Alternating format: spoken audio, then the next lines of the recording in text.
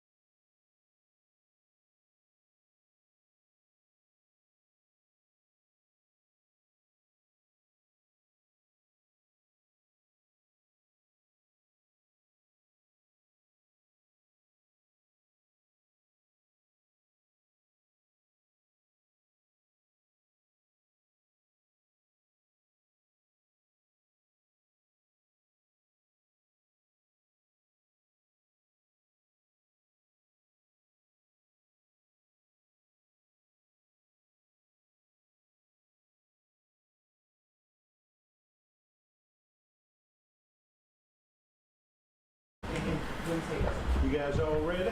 We are.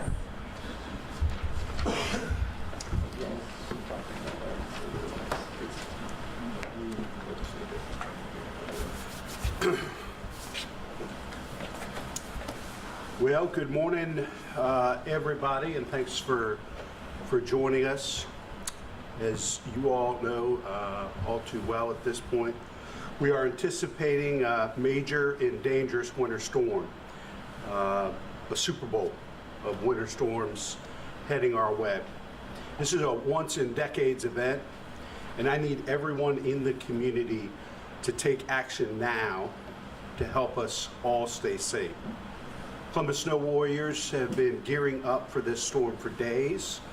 We are anticipating 10 to 14 inches of snow or more. These are now snow accumulation totals we haven't seen for at least a decade. Snow will fall for 24 to 36 straight hours once it starts tonight.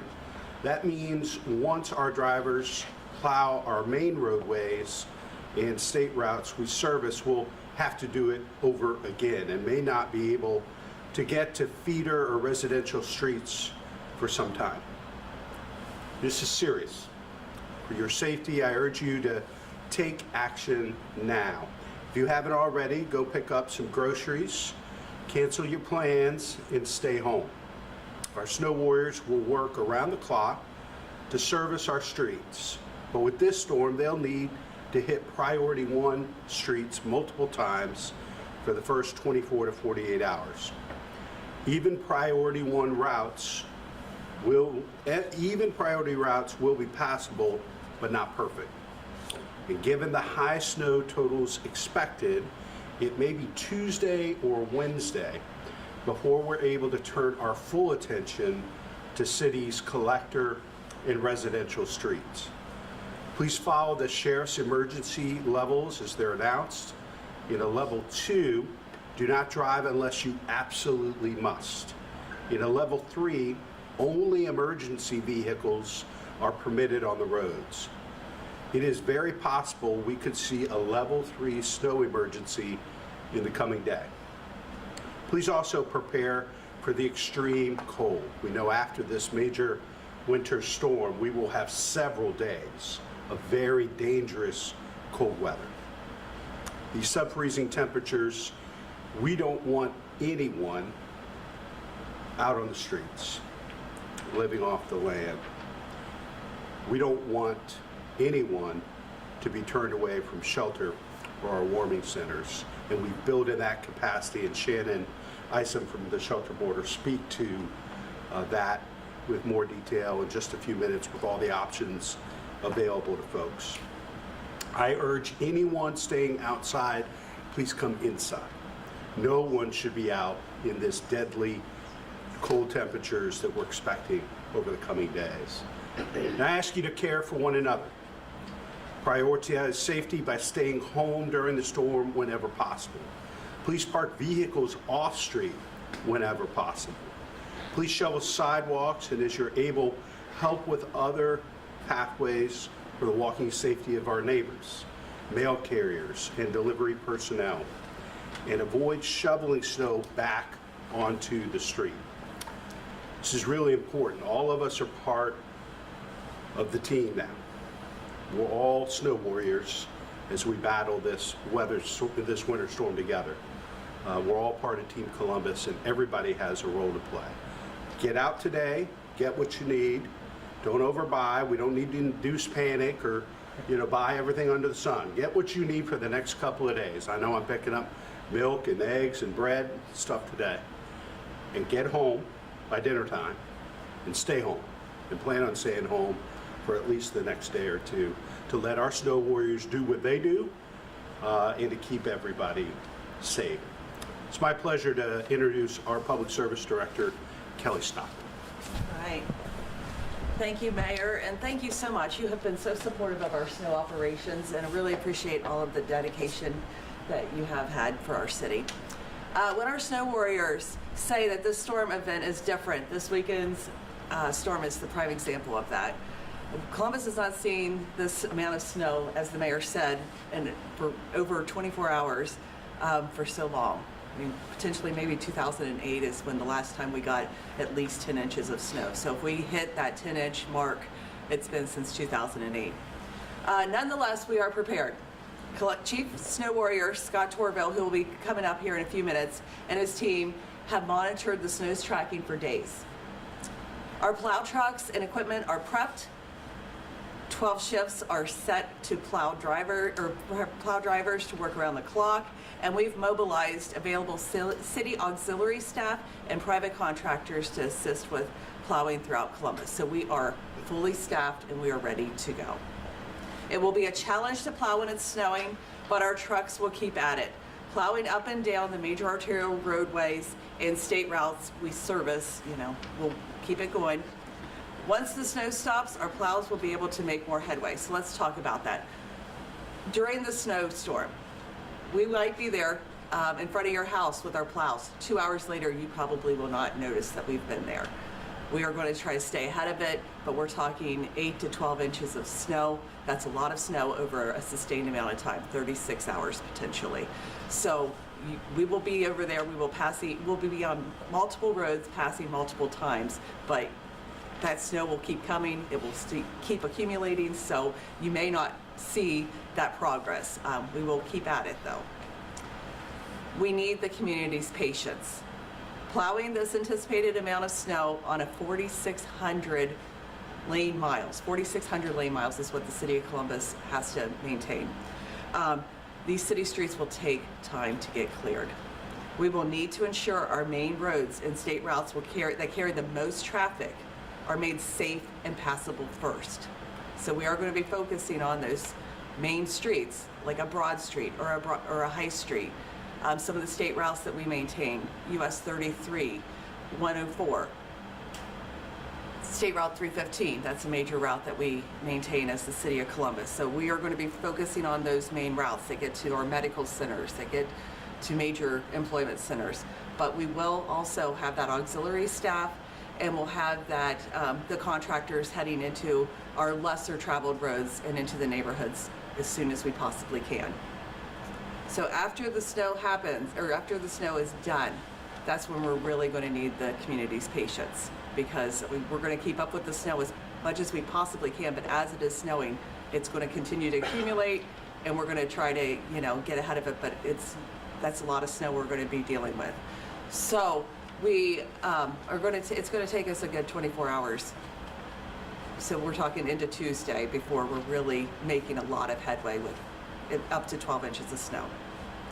The goal is to achieve this sometime Monday, as I said, but before we can pivot fully to the plowing on our collector and residential streets, that means passable, not perfect roadways.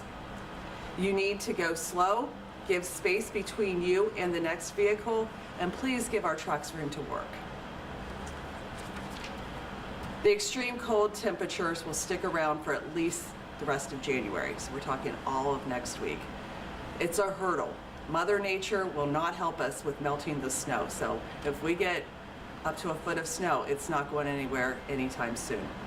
These temperatures in single digits and teens create operational challenges for our team here at the City of Columbus. Salt and brine lose effectiveness to prevent snow and ice from bonding to the roadway and pavement. So here's some examples. A drop in temperatures means a drop in effectiveness. At 30 degrees, 1 pound of salt will melt about 46 pounds of ice. At 20 degrees, 1 pound will melt about 9 pounds of ice. And when temperatures drop further into the single digits, where we're going to be this week, that 1 pound of salt will only melt 4 pounds of ice. So at 30, we're talking we can melt with 1 pound of salt, 46 pounds of ice. In the single digits, we're talking 4 pounds of ice with 1 pound of salt. So we'll pivot to mixtures of salt, beet juice, calcium chloride materials to treat the roadways. They are more effective, but they take longer and require greater amounts to work on snow-covered and slick streets. So again, we really need the patience. Safety is going to be our priority. It always is. For residents, commuters, and our snow warriors, stay off the roads if you can. Otherwise, don't crowd the plow. and give our trucks plenty of space to operate. And I'll reiterate some of the points that the mayor said. If you can get your trucks or cars into a garage or into your driveway, please do that. If we can get them off the city streets, that is really helpful to our snow operations to help clear those streets. So the message here, is pack your patience. Drive cautiously and keep in mind that we'll be working 24/7 throughout this storm to keep Columbus residents safe and to get these streets plowed. Conditions will be challenging, but we are committed to getting the job done. And I encourage the residents to go to warriorwatch.columbus.gov to keep track of our progress. And now I'm going to turn it over to our Chief Snow Warrior, Scott Torville. Thank you, Director, Mayor. Good morning. As mentioned, this is a very serious event. Very, very heavy snow. At the end of the day, this is likely to be a top 5 or top 10 event in Columbus snowfall history. So we will be using a full call out, not only of our internal street maintenance staff, but as many of our auxiliary drivers as we can get and all of our contracted staff as well. Our street maintenance crews will spend the majority of tomorrow and well into Monday focused primarily on our P1, our arterial roadways. As Director Scocco mentioned, those are the higher speed, higher volume roadways, your Polaris Parkways, Sawmill, the major streets in downtown, Front, Broad, High, Nationwide, those types of streets. Our auxiliary and contractor staff will be used to supplement those resources as well as begin services on over 3,000 miles of Priority 2 collector streets and Priority 3 local streets. Again, that's 3,000 miles of those local neighborhood streets alone that we have to service.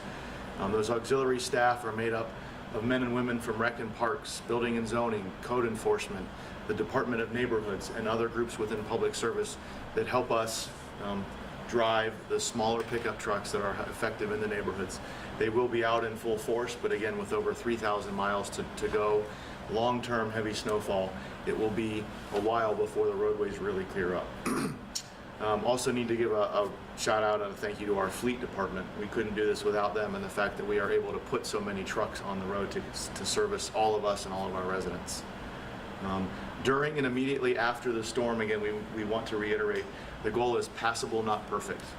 Your travel times will be impacted, the roads will be slick. The roads will not be clean for a number of hours or even days, depending on what road after the storm. As mentioned, you can follow our progress at warriorwatch.columbus.gov to see when a truck was most recently on the street or streets that you're looking to travel to. Also, as mentioned, the long-term cold, it's going to have a real adverse impact on our snow removal efforts. Director Scocco mentioned the lack of effectiveness or the reduced effectiveness of the salt. So that just means more time for us to respond and a bigger effort for us to achieve the same results that we can achieve at temperatures that are closer to 25 or 30. So again, we really want to stress that patience. Roads are absolutely going to be impacted Sunday, Monday, well into Tuesday and in the middle of the week between the heavy snow and the extreme temperatures. This is a fantastic opportunity to be a great neighbor. Check on those who may need a little extra care, the elderly, right? When you are shoveling, please do not throw that snow in the street. That's just more snow that we have to clear. That's impacting the roadways, all right? So throw it off the side into the yard. As mentioned before, please park off the street. If you're unable to not park on the street, get as tight to the curb as you possibly can. These plow trucks are very large, and it really slows us down, or it's not uncommon for us to have streets that we literally can't fit down because there's so many cars and they're parked so far away from the curb. So anything that you can do to get vehicles off the streets or as tight to the curb as possible is greatly appreciated.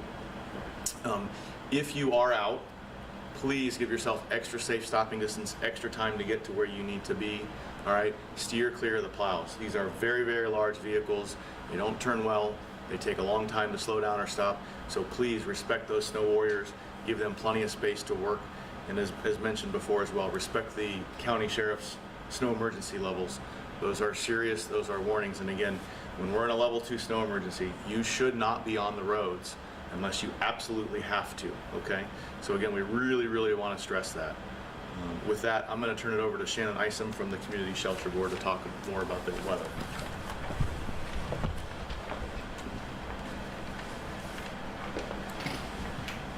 Community Shelter Board has been thinking about our most marginalized populations year after year. So even as this storm ends, we are on to the next, figuring out how does the city and how does our region react to our most vulnerable populations. Many of you, I'm sure, have questions of what are people are going to do who are outside, who are in their cars or have destabilized housing. We've thought about this and we have a response to this. So Community Shelter Board shares with the mayor, shares with the city of Columbus with the urgency and the seriousness of this storm. The safest place over the next 48 hours is inside, and we have flexed our space that no one will be turned away. Just 2 days ago, more than 300 volunteers came together within this community for the point in time count, which we do every year. We had more people than ever fanning out and counting those that were on the land. This is a HUD mandated count, but for this community, it is a collective effort to say, how do we get a snapshot of who is experiencing homelessness on any given night? So this storm, we're prepared for. But it also makes very clear that our neighbors, our community neighbors are in imminent risk. And not just the snow. And we have heard that the cold will continue, and it is the cold that Community Shelter Board and our nonprofit partners think about. It is the cold that is the most risky. So if you are currently outside and you see us, please, please know that help is available.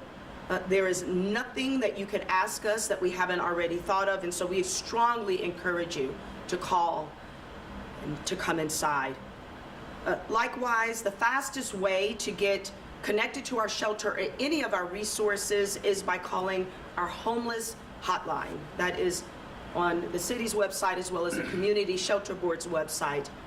That number, if you're listening, is 614-274-7000. If you do not have access to a phone, we encourage you to walk into a shelter, and we have 24-hour, 7 days access, which is through Third Shift Warming and Cooling Center, which is on 1015 East Main Street. Our Brother's Keeper is also 24 hours, and South and Parsons Avenue, likewise, is 24 hours.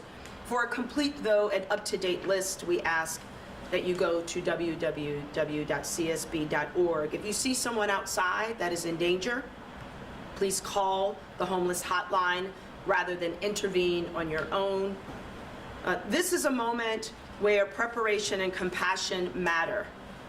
Again, I know we're all thinking about our most vulnerable populations, so we are grateful for the city's leadership.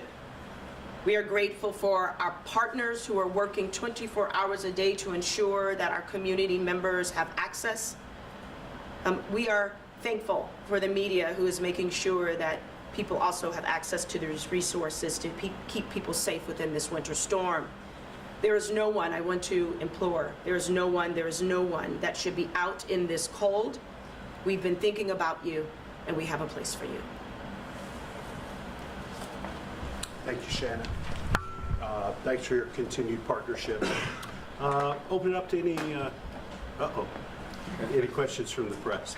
How many crews do you guys have working throughout the entire weekend, shift by shift? Are you able to give any numbers? Right to it. I figured I should have just stayed up. Yeah, so full call out for us. So our numbers are certainly going to fluctuate again as those code enforcement officers have to go do their thing for their normal day jobs.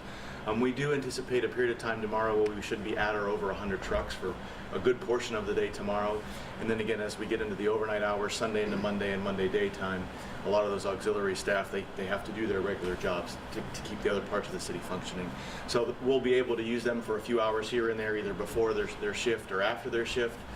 But the numbers on Sunday should be at or over 100 for most of the day, and then they'll be a little bit less than that as we get into the rest of the week. Mayor Ginther, yesterday at DeWine warned that there might be fatalities, as a result of this storm, whether that's from traffic accidents or from unhoused people. Could you kind of speak a little bit more to the gravity of this situation and sort of whether people should even be on the roads right now? Yeah, I'm, totally reinforced and appreciate the governor's leadership and messaging yesterday. I mentioned earlier, this is kind of a Super Bowl of winter storms. This is serious. This is not a drill. And we need people to take this seriously.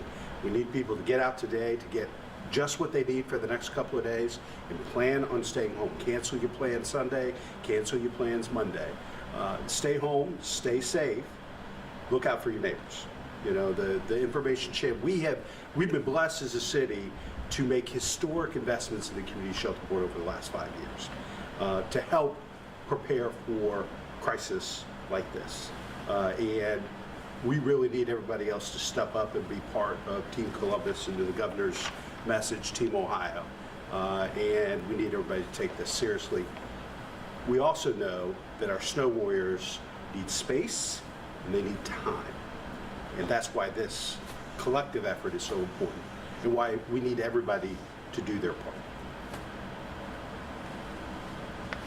Is anybody on staff that was on staff in 2008 and went through this? We do have a few folks that were on staff in March of 2008. It's a great question in terms of, okay, do we have any experience in-house? I'll tell you, we have picked their brains about that event, not just over the last week, but over the last couple of years. We have always been preparing for the worst, and those preparations for snow season start in May. And so even throughout the course of a summer, we're asking ourselves, okay, are our routes good? Where are we at with our equipment and training? What are we going to do, not if, but when we get a 10, a 12, a 15-inch snow event? How can we prepare it? Okay, what did we do in 2008? And so we have asked those questions for the last couple of years. We've got really good notes, and so we have at least a little bit of background information to use, and again, we've got some great plans in place, and we're ready.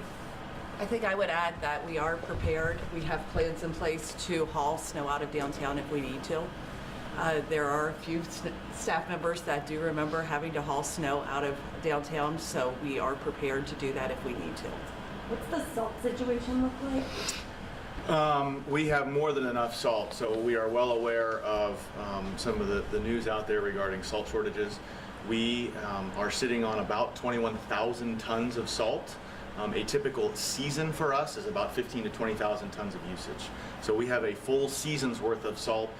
We have several orders placed that we're expecting to get delivered over the next week for a couple hundred tons here and there, and we have the ability on contract to buy several thousand more tons. So in terms of salt capacity, we have more than enough again for the entire season, and especially this event.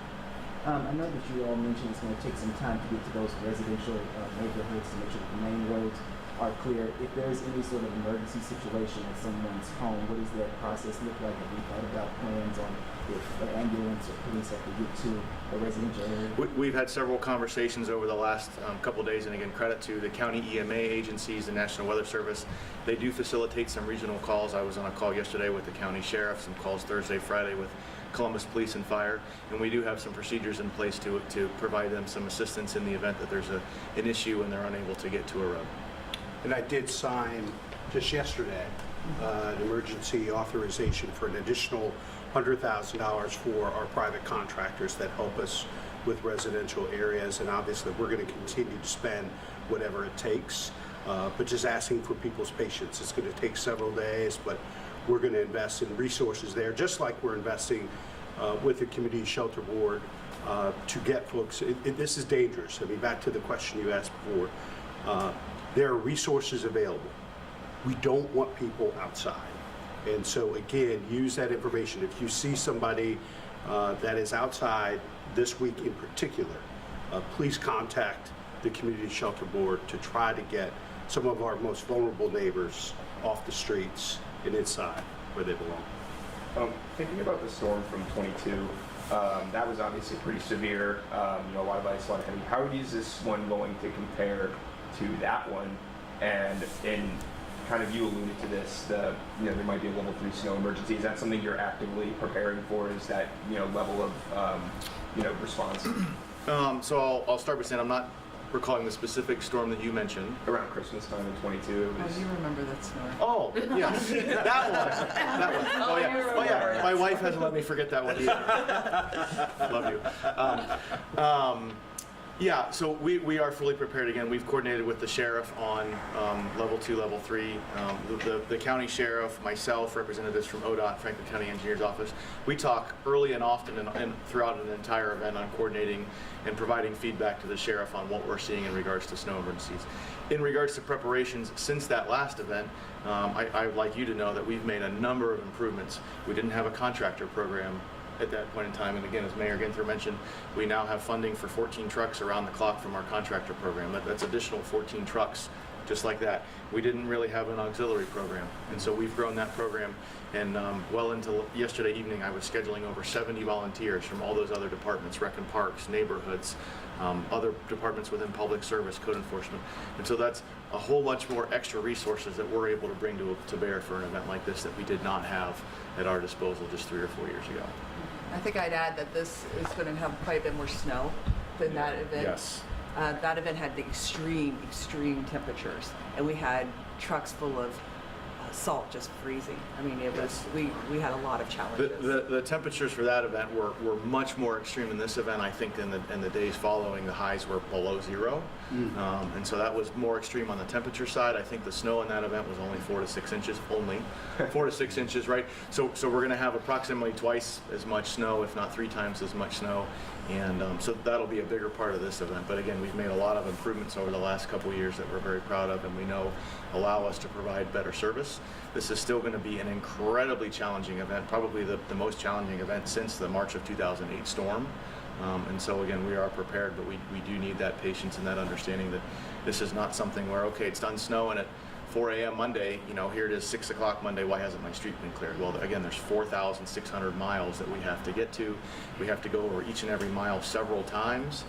We're not able to plow a full lane width because they're trucks, they have to fit inside the lane. So every mile really feels like 2, and then you got to go over it 3 and 4 times. It's going to be a massive effort for a number of days. Speaking for a lot of parents that are probably watching right now, I know you're talking about, Tuesday into Wednesday. Some streets still might be a little dicey. Have you guys been in communication with the schools about what to realistically plan for at all?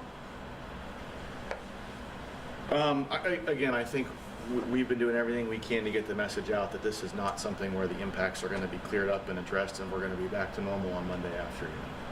I'm in regular contact. I know the team is as well with school districts, other partners, the county, suburban. There's a great deal of cooperation, regional cooperation, collaboration, and partnerships, obviously, with the states. We're going to continue to stay in contact, but I think it is, folks should start planning, that potentially there may not be school on Monday and maybe beyond that. But we're going to continue to communicate. That's obviously the district's call, and something we're going to continue to work with them on.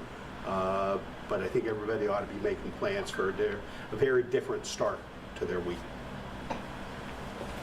Many of the unhoused populations who will be going to these warming shelters, they're really oftentimes going to have to use the Coda buses. Yes. And with such a stream of snow coming in, is there any concerns for bus routes having to stop or be delayed, and how are you guys addressing that? I will definitely speak to that, not just be the expert of what the buses are doing for CODA or speak for CODA, but from my understanding that CODA is going to continue to run, even looking over here, through an emergency 3. That we have any of our unsheltered, those who are experiencing unsheltered or living on the land or living in the car and they need to get somewhere, if you call that homeless hotline, we will guarantee transportation. So transportation should not be a barrier. We're thinking about that and we understand that. It should not be a barrier.